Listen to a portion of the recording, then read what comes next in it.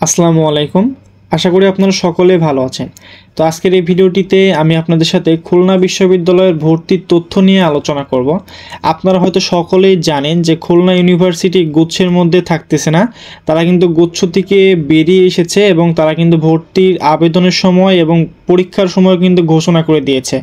এবং সেই সাথে আজকের এই ভিডিওটিতে আমি আপনাদের সাথে অনলাইনে আবেদনের সময়সীমা, খুলনা ইউনিভার্সিটির ভর্তি আবেদনের যোগ্যতা, ইউনিট ভিত্তিক সাবজেক্ট কী, নেগেটিভ মার্ক কত, ভর্তি পরীক্ষার মান বন্টন, কত মার্ক পেলে চান্স পাবে, মোট আসন সংখ্যা, আবেদন ফি কত এবং ভর্তি পরীক্ষার তারিখ, এগুলো নিয়ে আমি আলোচনা করব।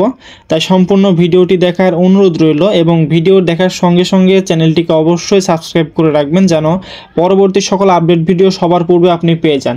তো চলুন আমরা দেরি না করে শুরু করি। তো আমি শুরু করার সর্বপ্রথমে আপনাদের সাথে ভর্তির আবেদন যোগ্যতা নিয়ে কথা বলতে চাই। আপনারা যারা এসএসসি 2021-22 এবং এইচএসসি 2023-24 পরীক্ষা সম্পন্ন করেছেন তারা কিন্তু খুলনা ইউনিভার্সিটির আবেদন করতে পারবেন, ঠিক আছে। এবং সেই সাথে আপনাদের কিন্তু সেকেন্ড টাইম পরীক্ষা দিতে পারবেন এবং সেকেন্ড টাইমে কিন্তু আপনাদের কোনো নেগেটিভ মার্কস থাকবে না, আপনারা কিন্তু সেকেন্ড টাইম ইজিলি দিতে পারবেন, ঠিক আছে। এছাড়াও কিন্তু দেখেন ডিপ্লোমা ইন ইঞ্জিনিয়ারিং পরীক্ষায় উত্তীর্ণ শিক্ষার্থীদের 2019 বা 2020 সালে অনুষ্ঠিত এসএসসি বা সমমানের পরীক্ষায় উত্তীর্ণ হতে হবে।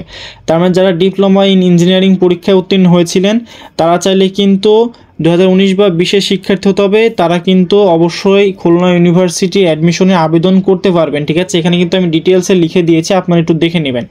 এরপরে আসেন ইউনিট ভিত্তিক আবেদনের যোগ্যতাটি একটু আপনাদের সাথে শেয়ার করি। দেখেন খুলনা ইউনিভার্সিটিতে এ ইউনিট অর্থাৎ বিজ্ঞান ইউনিটে বিজ্ঞান প্রকৌশল ও প্রযুক্তিবিদ্যা স্কুল, আসলে খুলনা ইউনিভার্সিটির এই বিজ্ঞান ইউনিটগুলোকে আসলে স্কুল ফ্যাকাল্টিগুলোকে স্কুল হিসেবে ধরা হয়। তো এই হচ্ছে এই সাবজেক্ট নিয়ে আপনি পড়তে পারবেন। এই সাবজেক্টগুলোর মধ্যে কিন্তু আপনি পড়াশোনা করতে পারবেন এই ইউনিটে। বি ইউনিটে দেখেন বিজ্ঞান, বি ইউনিটটাও কিন্তু বিজ্ঞান ইউনিট, বাট এটি কিন্তু জীববিজ্ঞান স্কুল, ঠিক আছে। তার মানে আপনারা যারা শুধুমাত্র ইঞ্জিনিয়ারিং টপিকস নিয়ে পড়তে চান তারা কিন্তু চাইলে এই ইউনিটে পরীক্ষা দিতে পারেন, আর যারা মোটামুটি জীববিজ্ঞান টপিক্সে পরীক্ষা দিতে চান বা এই টপিক্সে পড়াশোনা করতে চান তারা কিন্তু জীববিজ্ঞান অর্থাৎ বি ইউনিটে পরীক্ষা দিতে পারেন।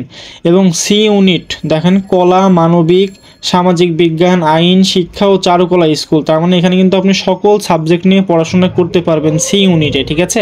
এবং ডি ইউনিটে তারা বলেছে ব্যবস্থাপনা ও ব্যবসা প্রশাসন স্কুল, তার মানে আপনি ব্যবস্থাপনা প্রশাসন, ব্যবসা প্রশাসনের যে সাবজেক্টগুলো আছে এগুলো নিয়ে কিন্তু আপনারা পড়াশোনা করতে পারবেন অর্থাৎ ডি ইউনিটে, ঠিক আছে।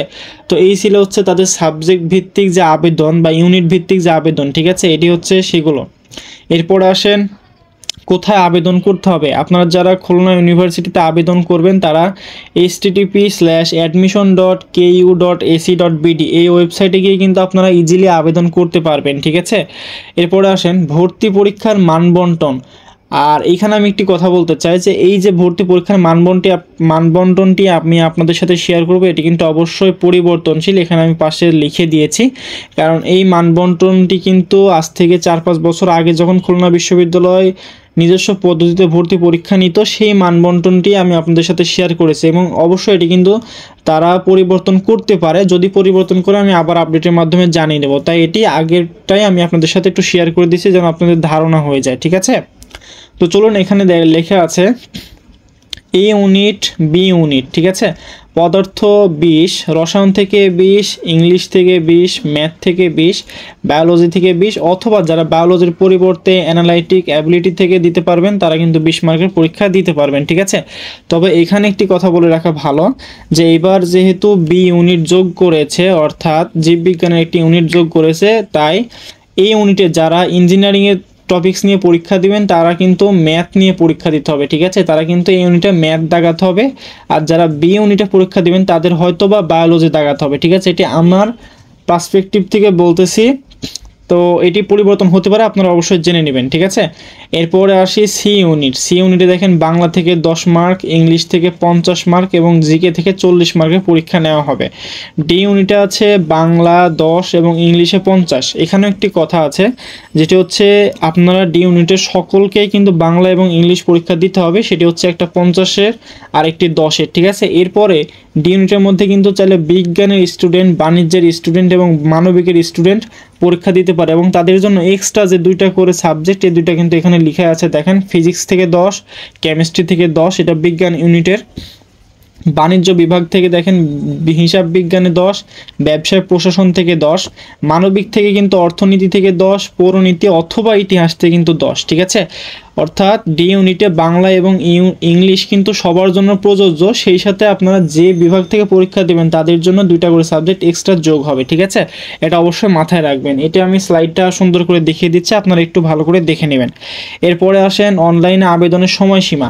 ভাইয়া এখানে তারা বলে দিয়েছে যে তাদের অনলাইনে আবেদনের সময়সীমা 10 জানুয়ারি থেকে 10 ফেব্রুয়ারি 2025 সাল, ঠিক আছে। তার মানে আপনাদের 10 জানুয়ারি থেকে অনলাইনে আবেদন শুরু হবে এবং 10 ফেব্রুয়ারিতে অনলাইনে আবেদন শেষ হবে, ঠিক আছে। এই সময়সীমা কিন্তু 1 মাস। ওকে, এরপর আছি অনলাইনে আবেদনের যে ফি, হ্যাঁ, আবেদনের ফিগুলো কত টাকা আপনারা একটু দেখেন। যারা এ ইউনিট থেকে পরীক্ষা দিবেন, এ ইউনিট থেকে পরীক্ষা দেবেন তাদের কিন্তু 1000 টাকা, বি ইউনিট থেকে 1000 টাকা, সি ইউনিট থেকে 1000 টাকা এবং ডি ইউনিটে 700 টাকা দিয়ে আপনারা আবেদন করতে পারবেন, ঠিক আছে। তবে এখানে একটি বিশেষ দ্রষ্টব্য আপনাদের বলে রাখি, সেটি হচ্ছে যারা এই ইউনিটে আর্কিটেকচার নিয়ে পড়তে চান, অর্থাৎ এই ইউনিটে কিন্তু আর্কিটেকচার নামে কিন্তু একটি আলাদা টপিকস আছে, ওই টপিকস নিয়ে যারা পড়তে চান তাদের কিন্তু এই 1000-এর সাথে, ঠিক আছে, তার মানে এই 1000-এর সাথে কিন্তু আরও 200 টাকা যোগ করে মোট 1200 টাকা দিয়ে কিন্তু আবেদন করতে হবে। তাহলে আপনারা এই ইউনিটের স্বাভাবিক যে সাবজেক্টগুলো, ওই সাবজেক্টের পাশাপাশি আর্কিটেকচার নিয়েও পড়াশোনা করতে পারবেন, ঠিক আছে। এরপরে আসি চারুকলাতে। হ্যাঁ, চারুকলাতেও কিন্তু একইভাবে, চারুকলাতে পরীক্ষা দিলেও কিন্তু এক্সট্রা 200 টাকা দিয়ে কিন্তু আবেদন করতে হবে, ঠিক আছে। যারা সি ইউনিটে পরীক্ষা দিতে চান তারা কিন্তু যদি চারুকলা নিয়ে যদি পরীক্ষা দিতে চান তাদেরও কিন্তু এক্সট্রা 200 টাকা পে করে মোট 1200 টাকা দিয়ে পরীক্ষা দিতে হবে, অর্থাৎ আবেদন করতে হবে, ঠিক আছে। এরপর আসেন ভর্তি পরীক্ষার তারিখ, তারা কত তারিখ প্রকাশ করেছে। আমরা যেটা দেখেছি সেটা হচ্ছে সি ইউনিট এবং ডি ইউনিট 17 এপ্রিল তারা ভর্তি পরীক্ষা অনুষ্ঠিত করবে, ঠিক আছে।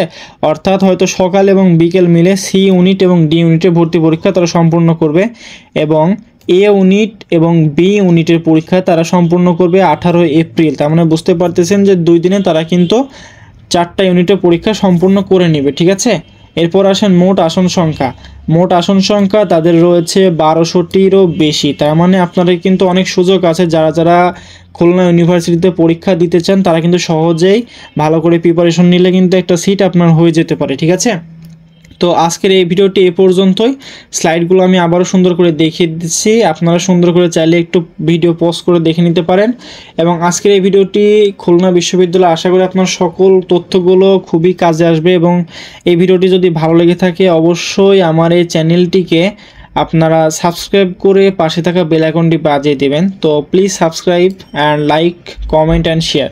So thank you for watching this video and সবাইকে ধন্যবাদ, শুভেচ্ছা, শুভকামনা। আর আজকের মতো এই পর্যন্ত, নেক্সট কোনো ভিডিওতে দেখা হবে। আসসালামু আলাইকুম, ধন্যবাদ সবাইকে।